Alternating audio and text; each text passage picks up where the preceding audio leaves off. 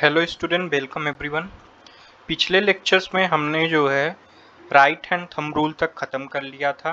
हमने देखा था उसमें कि current carrying conductor, straight current carrying conductor में मैग्नेटिक फील्ड कैसे होती हैं। फिर हमने सर्कुलर लूप के बारे में पढ़ा था, उसमें मैग्नेटिक फील्ड लाइंस कैसी होती हैं। उसके पहले हमने पढ़ा था कि मैग्नेटिक फील्ड लाइंस एक सिंपल बार मैग्नेट में किस प्रकार से होती हैं। हमने मैग्नेटिक फील्ड लाइंस की कैरेक्टरिस्टिक्स देखी थी। हमने यह पढ़ा था कि हैंस क्रिश्चियन ओरेस्टर पहले एक साइंटिस्ट थे जिन्होंने बताया था कि करंट भी मैग्नेटिक इफेक्ट प्रोड्यूस करता है।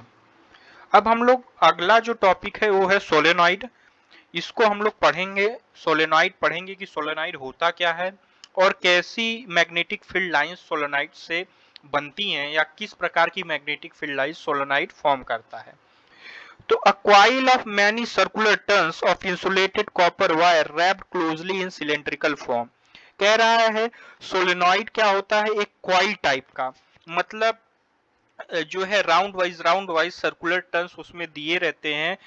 एक कॉपर वायर का इंसुलेशन होता है। अगर आप नीचे फिगर में देख रहे हो तो सोलेनॉइड जो है, एक मिनट, ये सोलेनॉइड है, देखिए ये टर्निंग है ना इसकी, ऐसे ऐसे ऐसे ऐसे, तो इसको सोलेनॉइड कहते हैं।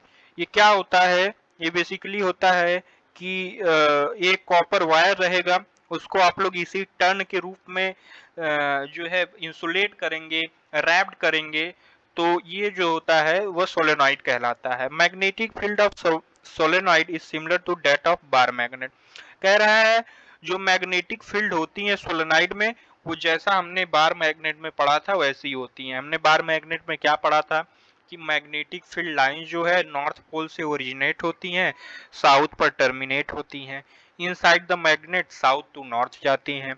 जितना ही हम लोग क्लोजर जाएंगे उतनी ही मैग्नेटिक स्ट्रेंथ बढ़ेगी, जितना हम लोग दूर जाएंगे उतनी ही मैग्नेटिक स्ट्रेंथ कम होगी।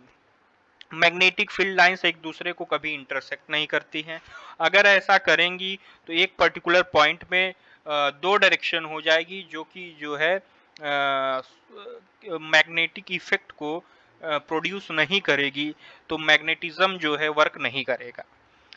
अब ठीक उसी प्रकार से सोलोनाइड की भी मैग्नेटिक फील्ड जो होती है वैसी ही होती है। Magnetic field is uniform inside the solenoid and represented by parallel field lines. कह रहा है कि जो मैग्नेटिक फील्ड होती हैं सोलोनाइड के अंदर, इनसाइड द सोलोनाइड, वह यूनिफॉर्म होती हैं और उनको हम लोग पैरेलल लाइन के फॉर्म में रिप्रेजेंट करते हैं। देखिए ये जो लाइंस हैं ये जो है magnetic field inside the solenoid बता रही हैं।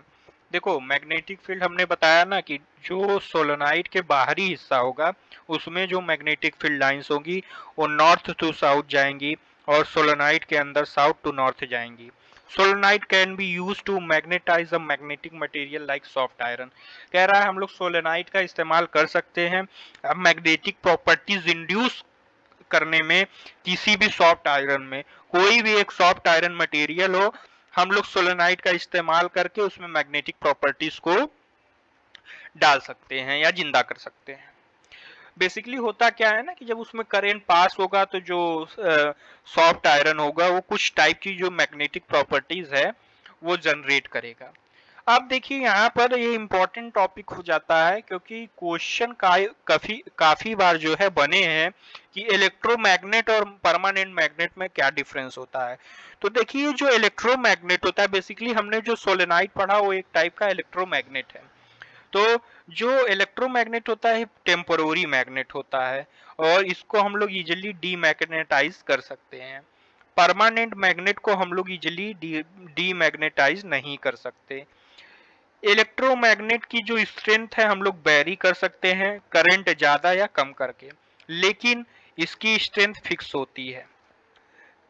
परमानेंट मैग्नेट की स्ट्रेंथ फिक्स होती है और इलेक्ट्रोमैग्नेट की जो पोलरिटी है हम लोग रिवर्स कर सकते हैं बाय चेंजिंग द वायर्स, लेकिन इसकी पोलरिटी हम लोग रिवर्स नहीं कर सकते। जनरली स्ट्रॉन्ग मैग्नेट होता है इलेक्ट्रोमैग्नेट, और अगर परमानेंट मैग्नेट की कंपैरिजन में अगर आप इसको देखेंगे तो ये वीक मैग्नेट होता है। अब देखिए फोर्स, जो क्या टाइप का फोर्स लगता है। अभी तो हमने पढ़ा magnetic effect due to current carrying conductor. अब what current carrying conductor generate force due to the magnetic field, तो उसको पढ़ते हैं। पहले साइंटिस्ट थे जिनका नाम था एंड्रे मैरिए एम्पियर, जिन्होंने बताया था कि जो मैग्नेट है वह भी एक इक्वल फोर्स एग्जर्ट करता है करंट कैरिंग कंडक्टर पर, जो कि अपोजिट फोर्स होता है। अगर आप देखिए, ए एक करंट कैरिंग कंडक्टर है ए बी, और यहाँ पर एक मैग्नेट लाया गया है। आप देखेंगे कि ये अपनी तरफ इसको खींच रहा है, तो यह भी इक्वल फोर्स अप्लाई करता है करंट कैरिंग कंडक्टर पर। तो इससे क्या है कि हम लोग जो, अगर आप कभी जो फैंस होते हैं घर के, अगर आप उसको, या कोई भी डीसी मोटर जो होता है, जो छोटा इलेक्ट्रिक मोटर होता है, अगर आपने देखा होगा, अगर उसके अंदर के पार्ट में देखेंगे तो दोनों तरफ जो है मैग्नेट लगे रहते हैं। इसी के कारण जो है फोर्स का कन्वर्जन होता है, तब जाके जो है डीसी वर्क करता है। The displacement in the conductor is the maximum when the direction of the current is at right angle to the direction of magnetic field। कह रहा है कि यह जो फोर्स का डिस्प्लेसमेंट है या कंडक्टर का डिस्प्लेसमेंट है, वह मैक्सिमम होगा। कब होगा? जब जो डायरेक्शन है करंट की और डायरेक्शन मैग्नेटिक फील्ड की दोनों क्या हो, राइट एंगल पर हो, दोनों एक दूसरे के परपेंडिकुलर हो, 90 डिग्री का एंगल बनाते हो, 90 डिग्रीज का एंगल बनाते हो। Direction of force is reversed on reversing the direction of current. कह रहा है कि अगर आप करंट की डायरेक्शन को चेंज करेंगे तो फोर्स की भी डायरेक्शन चेंज होगी। अगर आप करंट की डायरेक्शन को रिवर्स करेंगे तो फोर्स भी रिवर्स होगा। अब अगला है फ्लेमिंग्स लेफ्ट हैंड रूल। बहुत इंपॉर्टेंट कॉन्सेप्ट है, इसको आप लोग ध्यान से सुनिएगा। फ्लेमिंग लेफ्ट हैंड रूल जो है हम लोग पता लगाने के लिए इस्तेमाल करते हैं कि क्या फोर्स जो है करंट कैरिंग कंडक्टर कितना अमाउंट ऑफ फोर्स जो है एग्जर्ट कर रहा है, या उसका कितना मोशन है, इसको पता लगाने के लिए हम लोग फ्लेमिंग लेफ्ट हैंड रूल का इस्तेमाल करते हैं। फ्लेमिंग लेफ्ट हैंड रूल यह कहता है कि आपकी जो मिडिल फिंगर है, मतलब मध्य उंगली है जो आपकी, उसको जो है उस डायरेक्शन में कीजिए जिसमें मैग्नेटिक फील्ड है, और जो आपकी फोर फिंगर है उसको नहीं, फोर फिंगर को मैग्नेटिक फील्ड की डायरेक्शन में कीजिए, और जो करंट है वह जो है उस फोर फिंगर की डायरेक्शन में कीजिए। फिर जो आपका थंब होगा वह बताएगा कि फोर्स किधर लग रहा है। देखिए, यह है मिडिल फिंगर जो कि करंट डायरेक्शन में है, ये है फोर फिंगर जो कि फील्ड की डायरेक्शन में है, मैग्नेटिक फील्ड की, और हमारा जो थंब है लेफ्ट हैंड का वह बता रहा है क्या, कि फोर्स किधर एग्जर्ट हो रहा है। ये देखिए, जो फोर्स और फील्ड होते हैं ये एक दूसरे के परपेंडिकुलर होते हैं, 90 डिग्री का एंगल फॉर्म करते हैं। तो फ्लेमिंग लेफ्ट हैंड रूल कुछ नहीं है। फ्लेमिंग लेफ्ट हैंड रूल इतना सा है कि जब आप अपने लेफ्ट हैंड की थंब को स्ट्रेच कीजिए, फोर फिंगर और मिडिल फिंगर को अपने लेफ्ट हैंड के, और ऐसा स्ट्रेच कीजिए कि यह जो है वो म्यूचुअली परपेंडिकुलर हो एक दूसरे से। अगर फोर फिंगर की जो डायरेक्शन है वह डायरेक्शन है मैग्नेटिक फील्ड की, मिडिल फिंगर की डायरेक्शन है आपके डायरेक्शन ऑफ करंट की, तो जो आपका थंब होगा वह किसकी डायरेक्शन बताएगा, मोशन ऑफ फोर्स की डायरेक्शन बताएगा, कि किस डायरेक्शन में फोर्स लग रहा है। उसकी डायरेक्शन कौन बताएगा, आपका थंब बताएगा। यही है फ्लेमिंग का लेफ्ट हैंड रूल। इससे हम लोग जो है इस्तेमाल करते हैं जो है फोर्स बताने के लिए, करंट कैरिंग कंडक्टर किस डायरेक्शन में फोर्स जो है एग्जर्ट कर रहा है इसको बताने के लिए। अब अगला एक जो इम्पोर्टेंट टॉपिक है वो है इलेक्ट्रिक मोटर। इलेक्ट्रिक मोटर काफी इंपॉर्टेंट हो जाता है, क्यों? क्योंकि ये वेरियस अप्लायंसेस में लगा रहता है। आप अगर घर में देखिए, जो फैंस होते हैं, वॉशिंग मशीन होती हैं, रेफ्रिजरेटर्स होते हैं, मिक्सचर होते हैं, ग्राइंडर होते हैं, या अदर अप्लायंसेस जो हैं वह इलेक्ट्रिक मोटर उसमें लगा होता है। तो किस प्रिंसिपल से इलेक्ट्रिक मोटर वर्क करता है, इलेक्ट्रिक मोटर होता क्या है, इसको हम लोग देखते हैं। इलेक्ट्रिक मोटर कुछ नहीं होता है, यह एक ऐसा डिवाइस होता है जो इलेक्ट्रिकल एनर्जी को मैकेनिकल एनर्जी में कन्वर्ट करता है। आप करंट वो सप्लाई करेंगे इलेक्ट्रिक मोटर में, वह इलेक्ट्रिकल एनर्जी को कन्वर्ट कर देगा मैकेनिकल एनर्जी में, वह कुछ वर्क करवाएगा। अगर आप देखिए कि आप जब है अपना स्विच ऑन करेंगे मिक्सर ग्राइंडर का, उसमें जो है कुछ चीज जो है ग्राइंड करने के लिए, तो क्या होता है उसमें करंट जाता है और जो इलेक्ट्रिक मोटर उसमें रोटेट होने लगता है, तब वो उस चीज को ग्राइंड करता है। तो वो क्या कर रहा है, इलेक्ट्रिकल एनर्जी को मैकेनिकल एनर्जी में कन्वर्ट कर दे रहा है। इलेक्ट्रिक मोटर का इस्तेमाल हमने पढ़ा था कि इलेक्ट्रिक फैंस में, washing machine, refrigerator, mixer and grinder, other appliances में किया जाता है। इलेक्ट्रिक मोटर का प्रिंसिपल क्या है, किस सिद्धांत पर इलेक्ट्रिक मोटर वर्क करता है, इसको देखते हैं। An electric motor utilises the magnetic effect of current. कह रहा है कि जो इलेक्ट्रिक मोटर होता है वह भी मैग्नेटिक इफेक्ट ऑफ करंट, जो करंट जो है मैग्नेटिक इफेक्ट प्रोड्यूस करता है, उसी प्रिंसिपल पर वर्क करता है। कौन, इलेक्ट्रिक मोटर।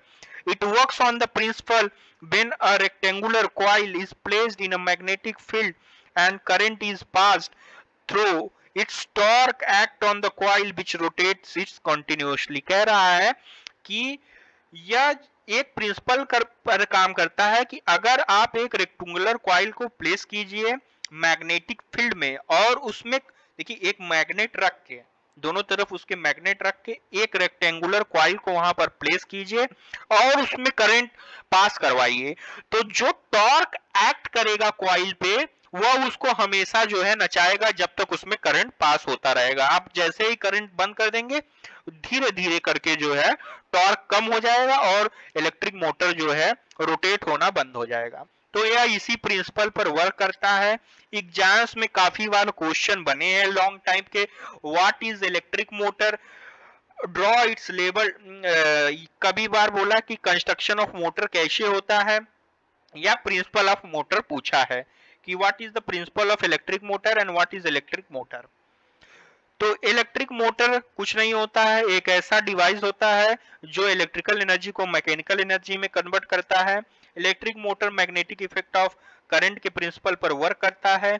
यह एक ऐसा प्रिंसिपल है कि आप मानिए कि दो मैग्नेटिक फील्ड में के बीच में एक रेक्टेंगुलर कॉइल को प्लेस कीजिए, रखिए और उसमें से करंट पास कीजिए, तो जो टॉर्क एक्ट होगा कॉइल पर वह उसको रोटेट करेगा continuously. When the coil rotates, the shaft to its also rotates and electrical energy supplied to the motor is converted। और क्या रहा है कि जब जो है इलेक्ट्रिक मोटर कॉइल जो होता है उसका वो रोटेट होने स्टार्ट करता है, तो जो उसमें शाफ्ट लगे होते हैं चारों तरफ, शाफ्ट जो होता है, अगर आप देखेंगे तो इलेक्ट्रिक मोटर के बाहर एक जो है छोटी सी डंडी निकली होती है जो रोटेट करती है तेजी से, तो उसी को शाफ्ट कहते हैं। तो वह भी उसके साथ कॉइल के साथ वो भी रोटेट करना स्टार्ट कर जाती है और कन्वर्ट कर देती है इलेक्ट्रिकल एनर्जी को किसमें, मैकेनिकल एनर्जी में। अब हम लोग देखते हैं आगे कंस्ट्रक्शन ऑफ इलेक्ट्रिक मोटर, कि कैसे एक इलेक्ट्रिक मोटर को बनाया जाता है, कैसे उसको कंस्ट्रक्ट किया जाता है, इसको देखते हैं।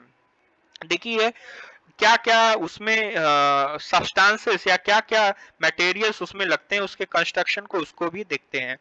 देखिए अगर आप एक ये फिगर देख रहे हो तो ये स्कीमेटिक डायग्राम है एक इलेक्ट्रिक मोटर का। देखिए कंस्ट्रक्शन ऑफ मोटर में लगता है एक armature coil. An electric motor consist of rectangular ABCD of insulated copper wire wound on soft iron core called armature. एक आर्मेचर लगता है, अगर आप यहाँ देख रहे हो तो यह एक रेक्टेंगुलर आर्मेचर है, और आप यहाँ देख रहे होंगे तो यह जो है एक नॉर्थ पोल का मैग्नेट है, एक साउथ पोल का मैग्नेट है। मैग्नेट को बीच में से ब्रेक करके नॉर्थ पोल इधर रख दिया गया, साउथ पोल इधर रख दिया गया है। और आप फिर देखेंगे जो स्ट्रॉन्ग फील्ड मैग्नेट, उस ये जो है ये दोनों स्ट्रॉन्ग फील्ड मैग्नेट हैं। इसी के बीच में जो है हम लोग आर्मेचर को प्लेस करते हैं। फिर उसके बाद स्प्लिट रिंग टाइप कम्यूटेटर, अगर आप देखें तो एक कम्यूटेटर का भी इस्तेमाल किया जाता है। It consist of two halves of metallic ring named as P and Q। The two ends of armature coils are connected to these two halves of rings। और अगर आप देखें तो ये जो होता है इसी से हम लोग जो है इलेक्ट्रिक आर्मेचर को कनेक्ट करते हैं, इसी को हम लोग स्प्लिट रिंग टाइप कम्यूटेटर बोलते हैं। Function of commutator is that it reverses the direction of current in armature coil. कह रहा है कि जो फंक्शन होता है कम्यूटेटर का वह यह होता है कि यह करंट की डायरेक्शन को रिवर्स कर देता है, जो आर्मेचर है कॉइल का उसमें उसकी डायरेक्शन को रिवर्स कर देता है। देखिए अगर आप ये देख पा रहे हैं तो एक कैसे एक इलेक्ट्रिक मोटर सर्किट बनाई गई है, एक स्कीमेटिक डायग्राम इसका बनाया गया है। देखिए यह दो जो है स्ट्रॉन्ग मैग्नेट्स हैं, नॉर्थ और एक तरफ इसका नॉर्थ पोल है, एक तरफ इसका साउथ पोल है। अगर आप देख पा रहे हैं तो जैसे लग रहा हो कि एक बार मैग्नेट को ब्रेक कर दिया गया है, नॉर्थ वाला पोल इधर रख दिया गया है, साउथ वाला पोल इधर रख दिया गया है, उसके बीच में आर्मेचर कॉइल को लगाया गया है। और फिर उसके बाद हम लोग कम्यूटेटर रिंग को देखा है।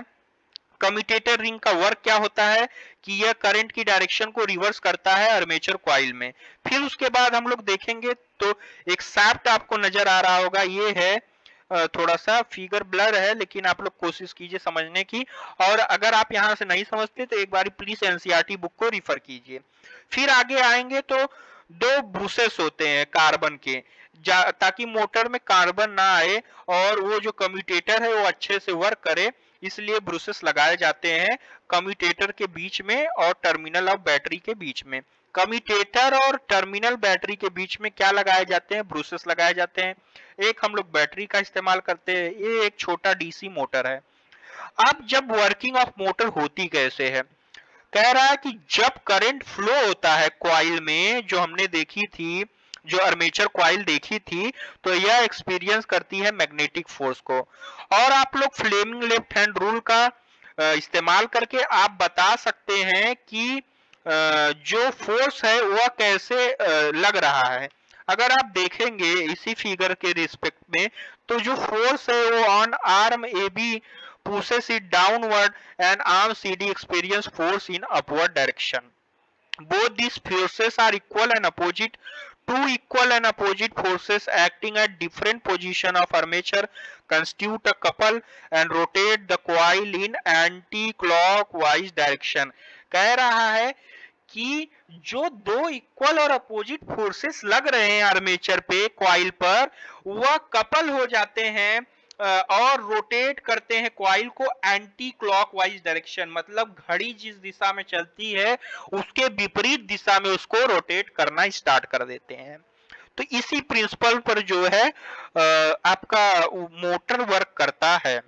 अब अगला जो है, एक मिनट, अगला जो टॉपिक है वो है कॉमर्शियल मोटर का क्या क्या यूज होता है, इसको देखते हैं। An electromagnet is in place of permanent magnet. Commercial motor का यूज यही होता है। और large numbers of turns, excuse me, large numbers of turns of the conducting wire in the coil, a soft iron core on which coil is wound plus the coils is called armature. This enhances the power of the motor. अब हम लोग इसका use कहाँ कहाँ करते हैं। Heart and brain in human body have significant magnetic field. जो magnetic resonance imagining होती है, एमआरआई होता है, जो कि हम लोग जो वेरियस ऑर्गन्स का एमआरआई होता है ताकि हम लोग डिजीजेस को डायग्नोस कर पाए, वहां पर इस्तेमाल होता है। गैल्वेनोमीटर जो है कि इस्तेमाल उसमें भी यह इस्तेमाल होता है। यह इंस्ट्रूमेंट डिटेक्ट करता है प्रेजेंस ऑफ करंट किसी भी सर्किट में और also detects the direction of current. Galvanometer क्या डिटेक्ट करता है कि किसी सर्किट में करंट है कि नहीं है और किस डायरेक्शन में करंट फ्लो हो रहा है, उसको कौन डिटेक्ट करता है, गैल्वेनोमीटर डिटेक्ट करता है। हम लोग कमर्शियल मोटर यूज कहाँ कहाँ करते हैं, इलेक्ट्रोमैग्नेट के रूप में करते हैं।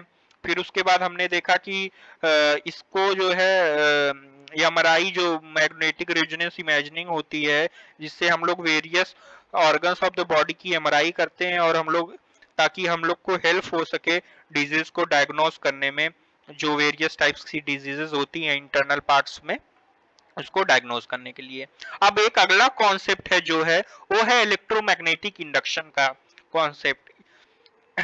अगर आप कह रहे हैं, कहता है क्या कि किसी भी कंडक्टर को आप प्लेस कीजिए चेंजिंग मैग्नेटिक फील्ड में, तो कुछ अमाउंट ऑफ करंट इंड्यूस्ड होगा। इसी मतलब देखो होता क्या है कि अगर एक मैग्नेटिक फील्ड है जो चेंज हो रही है, उसमें किसी कंडक्टर को आप प्लेस करेंगे तो कुछ अमाउंट ऑफ करंट इंड्यूस होगा, उत्पन्न होगा। इसी को कहते हैं इंड्यूस्ड करंट। और इस पूरे फिनोमेना को क्या कहते हैं? Electromagnetic induction. इस पूरे प्रोसेस को क्या कहते हैं? Electromagnetic induction. Current produced due to the electromagnetic effect is known as the electromagnetic induction. बोल रहा है कि जब आप किसी कंडक्टर को चेंजिंग मैग्नेटिक फील्ड में प्लेस करते हैं तो कुछ अमाउंट ऑफ करंट इंड्यूस्ड होता है, उत्पन्न होता है।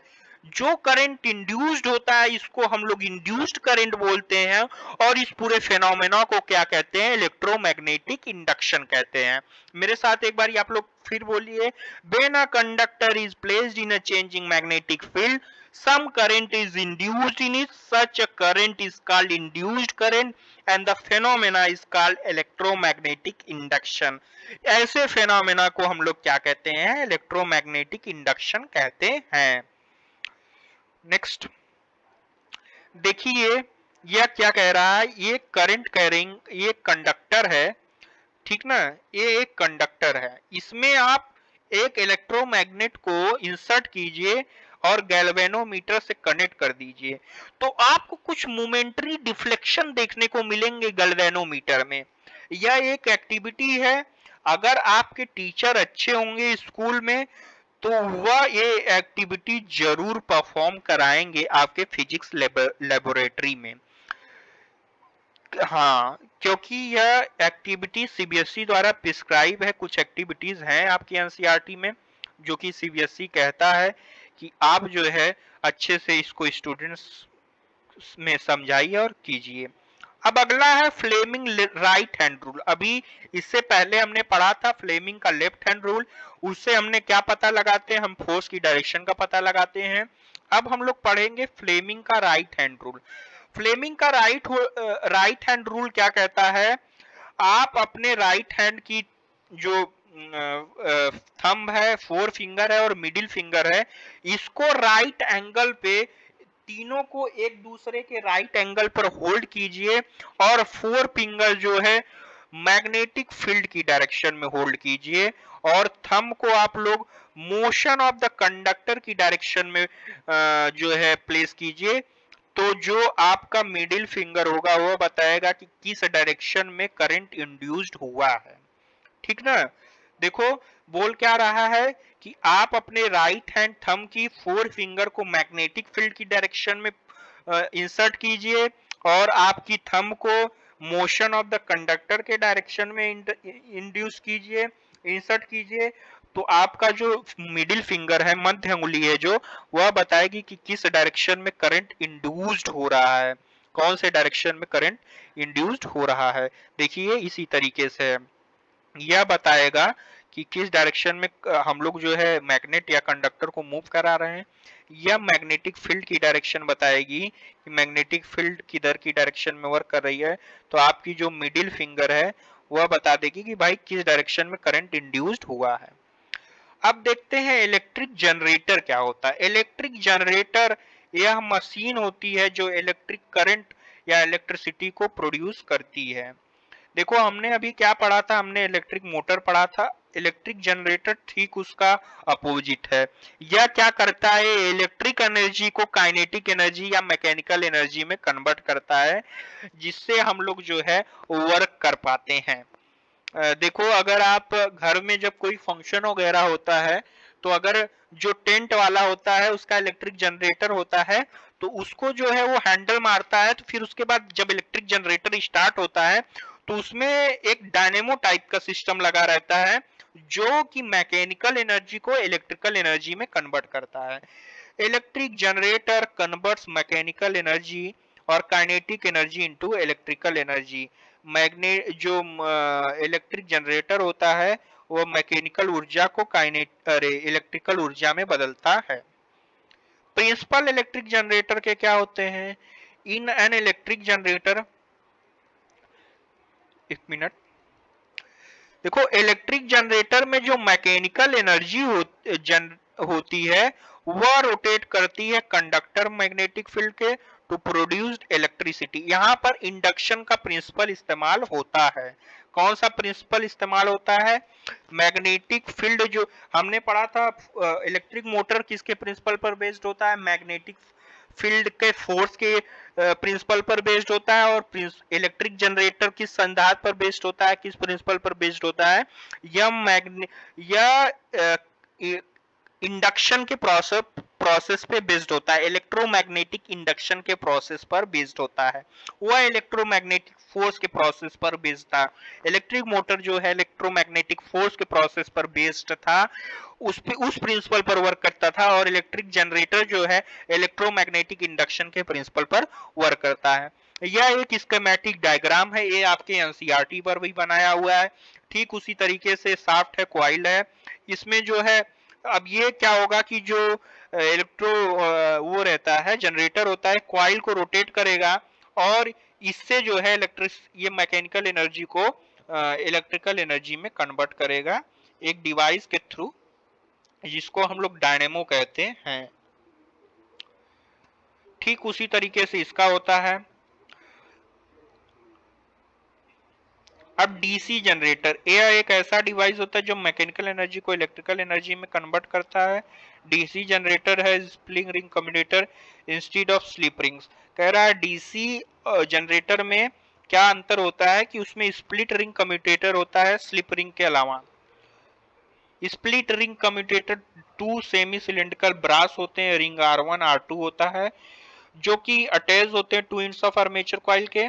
और आर्मेचर कॉइल जैसे रोटेट करता है, 2 split ring also rotate about the same axis of rotation. Alternate current AC क्या होता है? द करंट विच रिवर्सेस इस डायरेक्शन पीरियोडिकली। कह रहा है कि एक ऐसा करंट जो अपनी डायरेक्शन को हर इंटरवल पर चेंज करे, उसको हम लोग एसी करंट कहते हैं। और जो हमारे घरों में जो इलेक्ट्रिसिटी आती है वो अल्टरनेटिंग करंट की ही होती है। इन इंडिया एसी रिवर्सेस इस direction in every 1/1000 second. Time period इतना होता है इसका 1/50 सेकेंड का। फ्रीक्वेंसी होती है 50 हर्ट्ज की। अब एडवांटेज क्या होता है? एसी जो अल्टरनेटिंग करंट होता है वह ट्रांसमिट किया जा सकता है लॉन्ग डिस्टेंस में। देखिए without much loss of energy. अगर आप देखें तो जो हमारे घर में बिजली आती है वो पोल से आती है, और पोल कितने दूर दूर रहते हैं, उस पोल में भी जो इलेक्ट्रिसिटी रहती है वो बहुत दूर से आई रहती है। तो आप देखेंगे कि कैसे जो है हम लोग अल्टरनेटिव करंट का इस्तेमाल करके जो है इलेक्ट्रिसिटी को ट्रांसमिट कर सकते हैं विदाउट लूजिंग इट मच। फिर जो डीसी करंट क्या होता है? जो अपनी करंट की डायरेक्शन को रिवर्स नहीं करता हो उसे डीसी कहते हैं। डीसी को हम लोग स्टोर कर सकते हैं। जो सेल्स होती हैं, बैटरी होती हैं, वो डीसी करंट ही प्रोड्यूस करती हैं। लॉस ऑफ एनर्जी इसमें ज्यादा होती है। आप देखेंगे कि सेल्स जो होती हैं, जो रिमोट्स वगैरह या